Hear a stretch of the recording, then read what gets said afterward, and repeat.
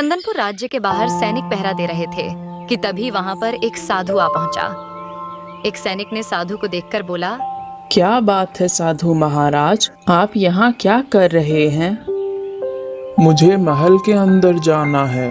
महल के अंदर जाना है? पर क्यों? मुझे महाराज से एक विशेष काम है। मैं उनसे बात किए बगैर यहाँ से नहीं जाऊंगा। साधु की बात सुनकर दूसरा सैनिक गुस्से से बोला, लगता है तुम्हारा दिमाग ठिकाने पर नहीं है साधु महाराज। अरे क्या तुम्हें पता नहीं कि हमारे महाराज साधु और गरीबों से मिलना पसंद नहीं करते? और तो और उन्होंने यह आदेश भी जारी कर दिया है कि कोई भी गरीब और साधु उनके राज्य में नहीं रह सकता, और अगर कोई रह रहा है तो राज्य छोड़कर चला जाए। और तुम जानते हो साधु, अगर हमारे महाराज के आदेश की किसी ने अवहेलना की तो उसे मौत के घाट उतार दिया जाएगा, समझे? चलो अब सीधी तरह से यहाँ से दफा हो जाओ। अरे भागो, यहाँ से निकलो। साधु उनकी बात सुनकर वहां से चला गया।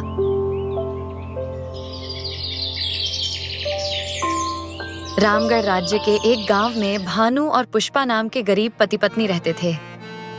भानु दिन भर जमींदार के खेत में काम करता था। एक दिन भानु काम पर जा रहा था कि तभी उसकी पत्नी पुष्पा बोली, आप जमींदार के यहाँ पर दिन भर कड़ी धूप में मेहनत करते हैं, पर बदले में जमींदार आपको ना के बराबर धन देता है। हाँ, तुम सही कह रही हो, लेकिन मैं कर भी क्या सकता हूँ? तुम जमींदार से धन बढ़ाने की बात क्यों नहीं करते? उसके खेत में और भी मजदूर काम करते हैं, उन्हें तो तुमसे बहुत अधिक धन मिलता है। घर में राशन भी खत्म हो गया है और हम दोनों महीने से रात के समय भूखे ही सो रहे हैं। ठीक है, तुम चिंता मत करो, मैं आज ही जमींदार से इस बारे में बात करता हूँ। भानु जमींदार के खेत में जाकर काम करने लगा और शाम के समय जमींदार के पास जाकर बोला, जमींदार साहब, मुझे आपसे कुछ बात करनी है। क्या बात करनी है भानु? जल्दी बोलो। तुम जानते हो मुझे तुम्हारा चेहरा देखना बिल्कुल अच्छा नहीं लगता। जमींदार साहब, मैं आपके खेतों में दिन भर कड़ी मेहनत करता हूँ। मैं हर दिन आपकी फसल की देखभाल करता हूँ, उन्हें पानी देता हूँ, खाद भी डालता हूँ, बुआई भी करता हूँ और समय समय पर हर चीज़ करता रहता हूँ, लेकिन आप मुझे बहुत कम मेहनताना देते हैं। मुझे पता है कि आप बाकी मजदूरों को मुझसे अधिक पैसे देते हैं। बस मुझ पर इतनी कृपा कर दीजिए कि मुझे भी उतना ही मेहनत आना चाहिए जितना आप औरों को देते हैं, क्योंकि मैं उन सब से भी ज़्यादा मेहनत करता हूँ, लेकिन पैसे मुझे उनसे कम मिलते हैं। इतनी कृपा कर दीजिए। देखो भानु, ना जाने क्यों जब भी मैं तुम्हें देखता हूँ तो मुझे तुम पर गुस्सा आने लगता है। मेरा तो मन करता है कि तुम्हें काम से ही निकाल दूं। मैं तो बस तुमसे मजबूरी में काम करवा रहा हूँ। अरे तुम्हें तो मेरा एहसान मानना चाहिए कि मैं तुमसे काम करवा रहा हूँ। ऐसा मत कहिए जमींदार साहब, मेरे घर में मेरी पत्नी है जो मुझ पर निर्भर है। अगर आप मुझे काम से निकाल देंगे या मेरा मेहनताना और कम कर देंगे तो हम भूखे मर जाएंगे। सीधी तरह से कह रहा हूँ, यहाँ से निकल जाओ भानु। अब मैं तुम्हारी शक्ल और ज्यादा बर्दाश्त नहीं कर सकता। निकल जाओ यहाँ से। इतना बोलकर जमींदार ने भानु को अपने हवेली से बाहर निकाल दिया। भानु को उदास देखकर उसकी पत्नी बोली, क्या हुआ जी, आपका मुंह क्यों उतरा हुआ है? लगता है जमींदार ने वेतन बढ़ाने से मना कर दिया है। सिर्फ इतना ही नहीं पुष्पा, जमींदार ने मुझे अपमानित भी किया और मुझे अपनी हवेली से बाहर भी निकाल दिया। पता नहीं हमारा यह मुसीबत भरा जीवन कब खत्म होगा। इससे अच्छा तो यह जीवन ही खत्म हो जाए। इतना बोलकर भानु फूट फूट कर रोने लगा और रोते रोते ही सो गया।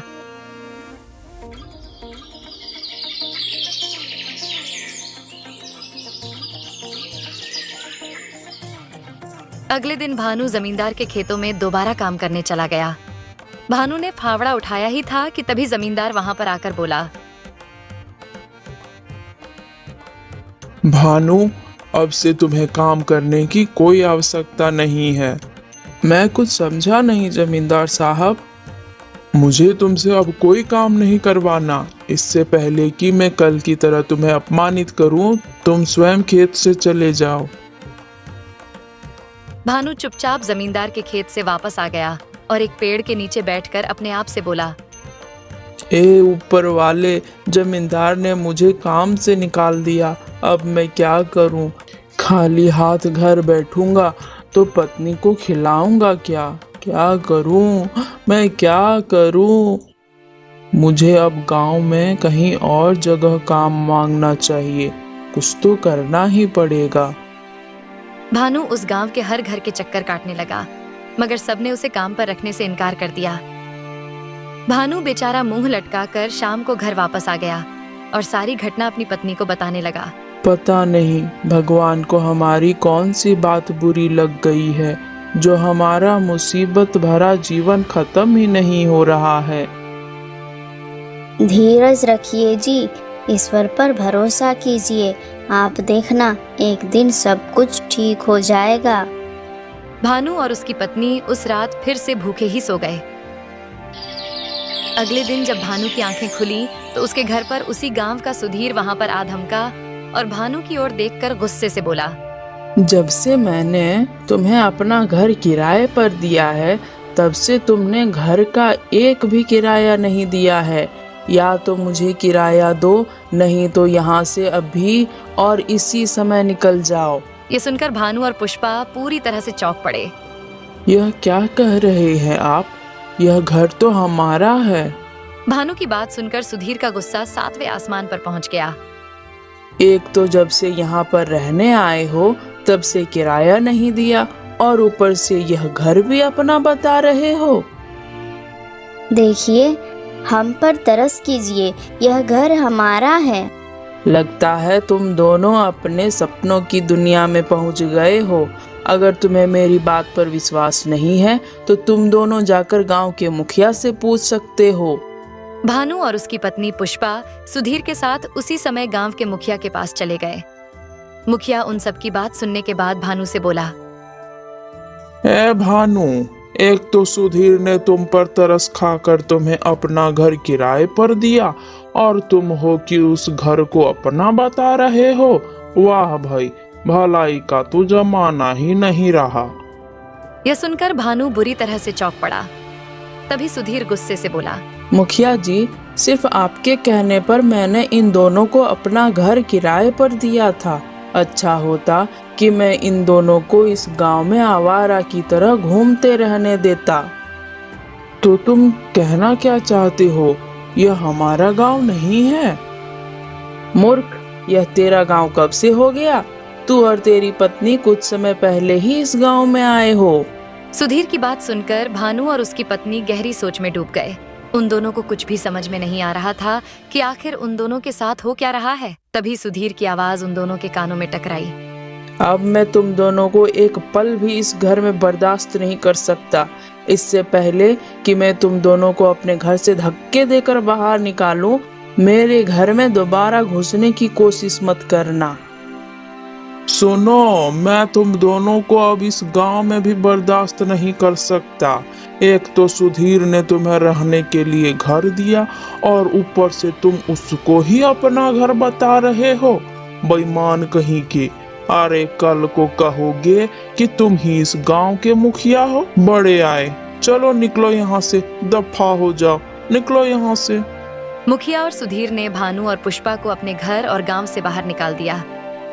वे दोनों बेचारे पति पत्नी जंगल में आकर बैठ गए। पुष्पा, ओ पुष्पा, मेरी तो कुछ समझ में नहीं आ रहा है कि आखिर ये सब हो क्या रहा है। अरे, सबसे बड़ी आश्चर्य की बात यह है कि हम दोनों को याद ही नहीं है कि हम दोनों इस गांव में कब से रह रहे हैं। पर क्या वाकई सुधीर ने झूठ बोलकर हमें घर से बाहर निकलवा दिया, या फिर वह सच बोल रहा है? अब यह तो नहीं पता, पर चिंता मत करो पुष्पा, रात के बाद दिन जरूर होता है। हमारे भी बुरे दिन जरूर समाप्त होंगे। देखना, एक दिन जरूर आएगा जब हमारे भी खुशी के दिन होंगे। भानु उस दिन से अपनी पत्नी के साथ झोपड़ी बनाकर जंगल में ही अपना जीवन यापन करने लगा। वह बेचारा दिन भर जंगल में घूमता और पेड़ के पत्ते तोड़कर पानी में उबालकर अपनी पत्नी के साथ अपना पेट भरता। एक दिन पुष्पा भानु से बोली, आखिर हम दोनों कब तक पेड़ के पत्ते उबाल कर खाते रहेंगे? ये इतना घना जंगल है, इस घने जंगल में बहुत सारे फल भी होंगे। आप कुछ फल तोड़कर क्यों नहीं ले आते? अरे मैं तुम्हें क्या बताऊं पुष्पा, जब भी मैं ताजे फल को तोड़ने जाता हूँ वह मेरे हाथ में आते ही बेकार हो जाते हैं। मैं क्या करूं? एक दिन भानु जंगल में उदास बैठा हुआ था कि तभी उसकी नजर एक साधु पर पड़ी जो एक पेड़ के नीचे तपस्या कर रहा था। भगवान, पता नहीं मैं इस मुसीबत से कब निकलूंगा। शायद मुझे इन साधु महाराज से कोई मदद मांगनी चाहिए। भानु तुरंत साधु के पास जाकर बोला, प्रणाम साधु महाराज। महाराज, मैं और मेरी पत्नी बहुत मुसीबत में हैं। हम दोनों कई महीनों से इस जंगल में मुसीबत भरा जीवन जी रहे हैं। कृपया करके हमारी कुछ मदद कर दीजिए महाराज। साधु आंखें खोलकर भानु की ओर देखकर बोला, तुम्हारी मदद मैं एक ही कीमत पर कर सकता हूँ। तुम दोनों पति पत्नी को मेरी सेवा करनी होगी। अगर मैं तुम दोनों पति पत्नी की सेवा से प्रसन्न हुआ तो मैं तुम दोनों को तुम्हारी मुसीबत भरे जीवन से निकालने का कोई ना कोई उपाय जरूर बताऊंगा। जी साधु महाराज, मैं तैयार हूँ। भानु साधु को अपनी झोपड़ी में लेकर आ गया और उस दिन के बाद दोनों पति पत्नी दिल से साधु की सेवा में जुट गए।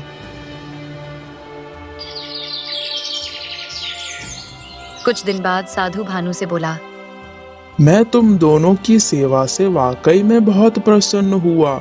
अब मैं तुम्हें तुम्हारी गरीबी से निकलने का एक उपाय बताता हूँ। तुम विजयनगर के राजा के पास जाओ।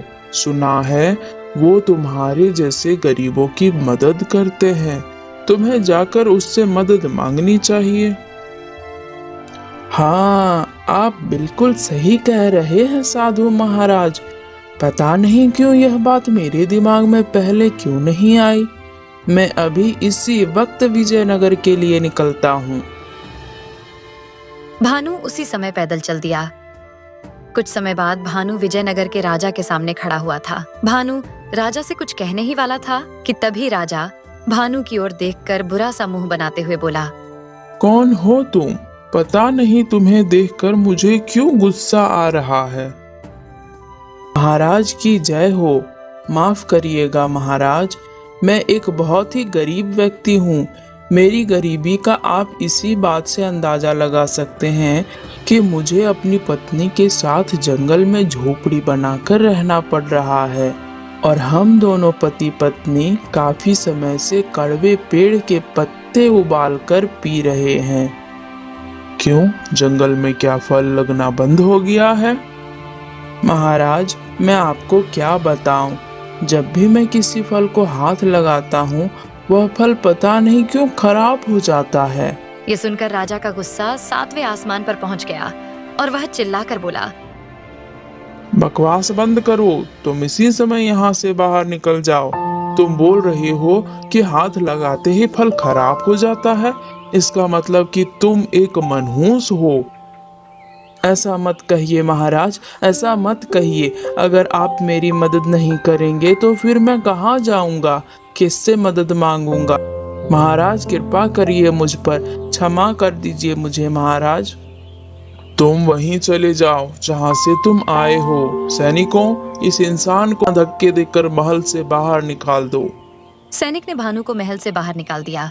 यह देखकर राजा का मंत्री राजा से बोला, महाराज, आप तो सारी प्रजा में दयालु राजा के नाम से प्रसिद्ध हैं।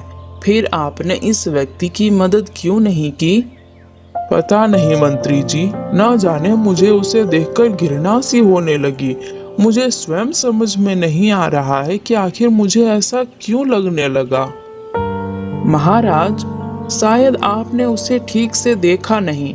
क्या आपको नहीं लगता कि उसकी शक्ल राजा भानु प्रताप सिंह से बहुत अधिक मिलती थी? यह सुनकर राजा आश्चर्य से अपने मंत्री से बोला। हाँ, आपने सही कहा मंत्री जी। जब मैंने उसे पहली बार देखा था तब मुझे भी राजा भानु प्रताप की ही याद आई थी। और भानु प्रताप तो अपने महल से काफी दिनों से लापता भी हैं। हम अभी और इसी समय राजा भानु प्रताप के राज्य चलेंगे और वहां जाकर मालूम करेंगे क्या राजा भानु प्रताप अपने महल में वापस आ गए हैं या फिर वह अभी भी लापता है।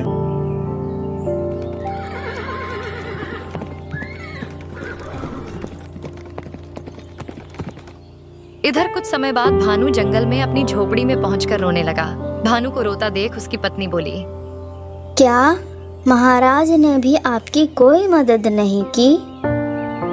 पता नहीं हमारी किस्मत में क्या लिखा है। जहाँ भी जाता हूँ अपमान के अलावा कुछ नहीं मिलता। महाराज ने भी मेरी मदद नहीं की, बल्कि मुझे धक्के देकर महल से बाहर फेंकवा दिया। इतना बोलकर भानु इधर उधर देखते हुए बोला, यह साधु महाराज कहाँ हैं? साधु महाराज तो आपके जाने के पश्चात ही चले गए थे। तो क्या तुम तब से जंगल में अकेली रह रही थी? मेरे पास इसके अलावा और कोई चारा भी तो नहीं था। अब मुझसे यह मुसीबत भरा जीवन नहीं जिया जाता। अच्छा होगा कि हम दोनों अपने ही हाथों अपने जीवन लीला को समाप्त कर ले। आप सही कह रहे हैं। मैं भी यही सोच रही थी कि चलो हम अपना जीवन समाप्त कर लेते हैं। वो दोनों अपनी झोपड़ी से बाहर आ गए। तब घोड़े पर सवार एक सुंदर राजकुमार उनके पास आ पहुंचा और घोड़े से उतरकर उन दोनों की ओर देखकर बोला, माँ और पिताजी, मैंने आपको कहाँ कहाँ नहीं तलाशा, मगर आप मुझे कहीं नहीं मिले। वो तो भला हो विजयनगर के महाराज का। उन्होंने मुझे बताया कि आप उनसे मदद मांगने के लिए उनके महल में गए थे। राजकुमार की बात सुनकर भानु और पुष्पा दोनों बुरी तरह से आश्चर्य में पड़ गए। तुम्हें जरूर कोई गलत फहमी हुई है राजकुमार। पिताजी, आप कैसी बात कर रहे हैं? आप मेरे पिता और चंदनपुर के राजा भानु प्रताप सिंह हैं। तभी वहां पर रंग बिरंगी किरणों के साथ वही साधु प्रकट हो गया और भानु और पुष्पा की ओर देखकर बोला, राजकुमार बिल्कुल सही कह रहा है। भानु और पुष्पा, तुम दोनों कोई आम इंसान नहीं हो, बल्कि तुम दोनों इस राजकुमार के माता पिता और चंदनपुर के राजा रानी हो। मैं कुछ समझा नहीं साधु महाराज। मतलब यह कि तुम्हारा पूरा नाम भानु प्रताप सिंह है। तुम घमंडी और क्रूर राजा थे। जब तुम सिंहासन पर थे तब तुम और तुम्हारी पत्नी दोनों को गरीबों और साधुओं की शक्ल अच्छी नहीं लगती थी। तुमने एक आदेश भी जारी कर दिया था कि राज्य के सभी गरीब और साधुओं को राज्य से बाहर कर दिया जाए। मैं इसी बारे में तुमसे बात करने तुम्हारे महल भी आया था, मगर तुम्हारे सैनिकों ने मुझे तुम तक पहुंचने ही नहीं दिया और धक्के देकर मुझे महल से बाहर फेंकवा दिया। मैं समझ गया कि अहंकार में चूर सिर्फ तुम और तुम्हारी पत्नी ही नहीं, बल्कि तुम्हारे राजमहल के सारे सैनिक भी हैं। तुम्हें सबक सिखाने के लिए मैंने तुम्हें एक श्राप दे दिया। उस श्राप से तुम और तुम्हारी पत्नी अपनी याददाश्त भूल गए और अपना राज्य छोड़कर जंगल में भटकते हुए उसी गांव में पहुंच गए जहां से तुम्हें धक्के देकर बाहर निकाल दिया गया था। साधु की बात पुष्पा बड़े ही ध्यान से सुन रही थी।